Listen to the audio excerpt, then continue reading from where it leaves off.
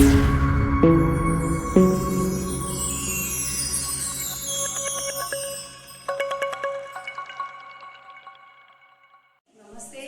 मैं श्री विवेकानंद विद्या मंदिर के आचार्य निर्मला साहू। बच्चों, आज मैं नई हिंदी भारती 8वीं कक्षा के एक नया चैप्टर कुएं के मेंढक पाठ्य लेके आई हूँ। तो बच्चों चलो आज हम पढ़ेंगे कुएं के मेंढक।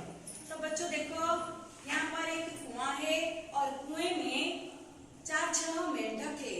तो आज हम एक नए कहानी सुनेंगे। तो चलो शुरू करते हैं कुएं के मेंढक। तो बच्चों, अनुपम भुवनेश्वर में रहता था। अनुपम नाम का एक लड़का था, वह भुवनेश्वर में रहता था। एक दिन उनकी घर उनके नानी आई और अनुपम नानी को देखकर बहुत खुश हुआ और नानी के पांव छुए। नानी भी अनुपम को देखकर बहुत खुश है। तो जब रात हुआ तो रात को नानी ने अनुपम को एक सुंदर कहानी सुनाई। अनुपम को नानी ने कहा, बच्चों हमारे गांव में एक बहुत बड़ा कुआं है। अनुपम को उसके नानी ने कहा, बच्चा लड़का, तो अनुपम हमारे गांव में एक बहुत बड़ा कुआं है। तो उस कुएं में 4-6 मेंढक रहते हैं।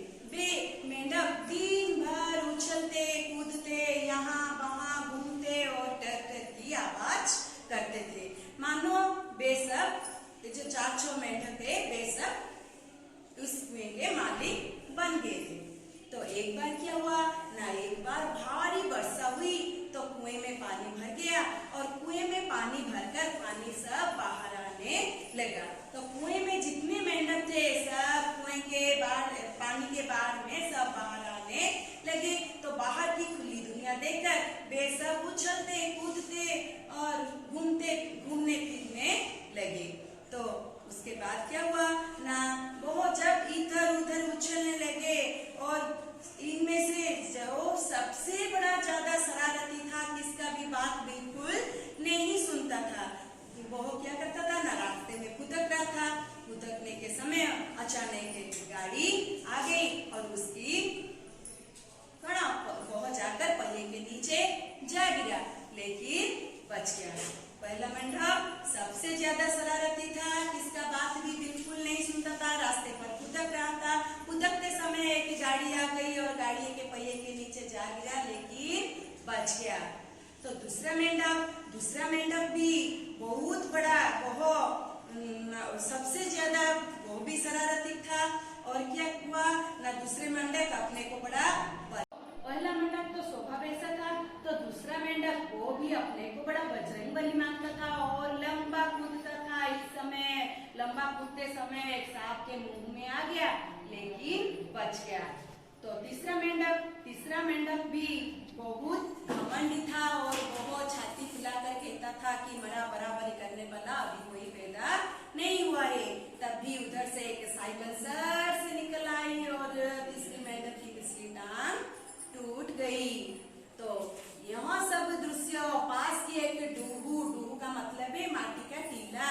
तो पास ही के डूहू पर एक मेंढकी अपने बच्चों के साथ बैठकर इस सब दृश्य को देख रहा था।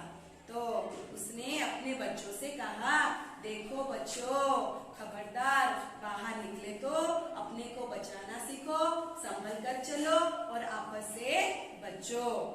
तो यह सब कहानी सुनकर अनुपम दुख हुआ, लेकिन बिल्कुल वो डरा नहीं। वो नानी से पूछा, नानी हमें बाहर जाना है तो हमें घर से बाहर निकलना है तो हमें क्या करना चाहिए? तो नानी ने उसे समझाया, देखो बेटा, पहली बात यह है कि बाहर हमें जाना है तो पहले हमें अपने को काबू में रखना सीखना चाहिए। इसका मतलब यह होता है कि अपने को बड़ा न मानना, यह विनय का भाव होता है। गुस्सा न करना, अपने को बड़ा न मानना, घमंड न करना, ऐसा बर्ताव सबको अच्छा लगता है। बर्ताव का मतलब है कहने का तरीका। तो तुम विनय होगी तो तुम्हें दूसरे लोग प्यार करेंगे, यह कहकर अनुपम को नानी ने समझाया। और क्या हुआ ना, हमें याद रखना है कि आदमी के बच्चे को हमें बाहर निकलना है तो क्या करेंगे ना, आदमी के बच्चे दूसरे के साथ मिलजुल कर रहना सीखना चाहिए, माता पिता की बात मानना चाहिए, भाई बहन के साथ अच्छा बर्ताव करना चाहिए और क्या करना चाहिए ना, स्कूल में मित्रों के साथ सौहार्द भाव रखना चाहिए।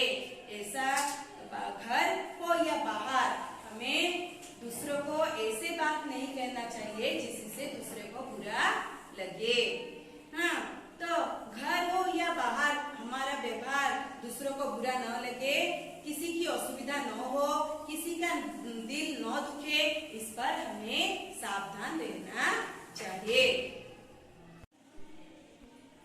तो बच्चों, अशिष्ट दूसरों से झगड़ना, नाराज होना, गाली गुलज करना, चिल्लाना, जीत करके अकड़ना, बिना पूछे दूसरों के चीज छूना और दूसरों के काम में दखल देना, ऐसे व्यवहार अशिष्ट माना जाता है। तो इसका मतलब है अपनी बुरी आदत को रोकना चाहिए। हम इसी से समझते हैं कि हम हमारे बुरे आदत को रोकना चाहिए और अपने मन और भावों को काबू में रखना चाहिए। यह भद्र कहलाता है। अनुपम, इसीलिए हमें स्कूल में कोई बात सिखाते हैं। अनुपम ने नानी से कहा, नानी इसीलिए हमें स्कूल में शिक्षक बहुत सारी बातें सिखाते हैं। क्या सिखाते हैं ना, जोर जोर से नहीं बोलना चाहिए, बड़ों और गुरुजनों को सम्मान करना चाहिए, सहपाठियों के साथ सौहार्द भाव रखना चाहिए। सौहार्द का मतलब है मित्रता का भाव रखना चाहिए और छोटे को स्नेह करना चाहिए, अपनी बारी का इंतजार करना चाहिए और अनुशासन मानकर लाइन बनाकर चलना चाहिए। यह सब बात हमें स्कूल में शिक्षक हमें सिखाते हैं। नानी बोली, हाँ बेटा तुम तो होशियार हो, जान लो अपने अच्छे बर्ताव से लोग हमारे दोस्त बनेंगे और हमारे बुरे बर्ताव से लोग हमारे दुश्मन बन जाएंगे। यह तुम्हारा काम है, तुम जैसे जिस प्रकार के व्यवहार करोगे इस प्रकार के लोगों से स्नेह या अच्छे फल पाओगे। जानवरों से आदमी, नानी ने कहा कि अनुपम जानवरों से आदमी अच्छा है। तो अनुपम ने कहा, नानी क्यों ना, क्योंकि उसका आचरण सभ्य होता है और उसके पास नम्रता का भाव होता है, सारा विश्व उसका मित्र बन सकता है। यह कहकर नानी ने अनुपम को समझाया। अनुपम पूरी तरह से समझ गया कि हम दूसरे के साथ कैसा व्यवहार करेंगे, घर में माता पिता के साथ कैसे व्यवहार करेंगे, घर में अतिथि आने से उसको हम कैसा व्यवहार करेंगे। यह सब अपने नानी से अनुपम सीखा और वो काम में लगाया। बच्चों, यह था हमारी कहानी। शिष्टता किन किन कामों में है? शिष्टता किन किन कामों में है? घर में अब में कौन ना, शिष्टता इस काम में है कि दूसरों से नहीं झगड़ना, दूसरे के साथ नाराज नहीं होना, गाली गुलज नहीं करना, जीत करके नहीं अकड़। तो बच्चों, यहाँ पर कुछ प्रश्न है, हम उस प्रश्न के आंसर करेंगे। अनुपम कहाँ रहता था? अनुपम भुवनेश्वर में रहता था। एक दिन क्या हुआ ना, एक दिन उनके घर उनकी नानी आई। कुएं में कौन थे? कुएं में 4-6 मेंढक थे। तीसरे मेंढक का स्वभाव कैसा था ना, तीसरा मेंढक बड़ा घमंडी था और छाती फुलाकर कहता था कि मेरी बराबरी करने वाला अभी तभी पैदा नहीं हुआ है। तभी उधर से एक साइकिल सर से निकल आई और उसकी पिछली टांग टूट गई। तो बच्चों, विनय होने का मतलब क्या होता है? विनय होने का मतलब यह है कि अपने को बड़ा न मानना, गुस्सा न करना, घमंड न करना, यह सब विनय का भाव होता है। आदमी के बच्चों को क्या करना चाहिए ना, आदमी के बच्चों को दूसरों के साथ मिलजुल कर रहना सीखना चाहिए, घर में माता पिता की बात मानना चाहिए, भाई बहन के साथ अच्छा बर्ताव करना चाहिए और साथ साथ मिलकर रहना भी सीखना चाहिए, स्कूल में मित्रों के साथ अच्छा बर्ताव चाहिए, यह सब आदमी के बच्चों को सीखना चाहिए। तो किसने कहानी सुनाई? अनुपम ने सुनाई ना, अनुपम के नानी ने सुनाई। अनुपम के नानी ने कहानी सुनाई। किसको सुनाई? अनुपम को सुनाई। मेंढक सड़क पर क्या करने लगे? मेंढक सड़क पर इधर उधर उछलने कूदने लगे। आदमी जानवरों से अच्छा क्यों है? क्योंकि उसके पास नम्रता का भाव है, इसीलिए आदमी जानवरों से बहुत अच्छा है। अशिष्ट किन किन कामों में है?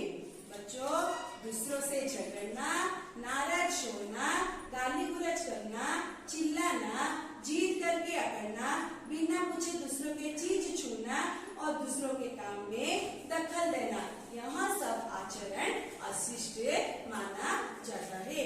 अशिष्ट का मतलब है अभद्र। ठीक है, तो बच्चों शिष्टता किन किन कामों में है? ना जोर जोर से नहीं बोलना चाहिए, बड़ों और गुरुजनों को सम्मान करना चाहिए, सहपाठियों के साथ अच्छा बर्ताव करना चाहिए और छोटे को स्नेह करना चाहिए, अपनी बारी का इंतजार करना चाहिए और अनुशासन मानकर लाइन बनाकर चलना चाहिए और स्कूल के नियम और ट्रैफिक के कानून को तोड़ना नहीं चाहिए। यह सब काम शिष्टता माना जाता है। Thank you so much for watching our video.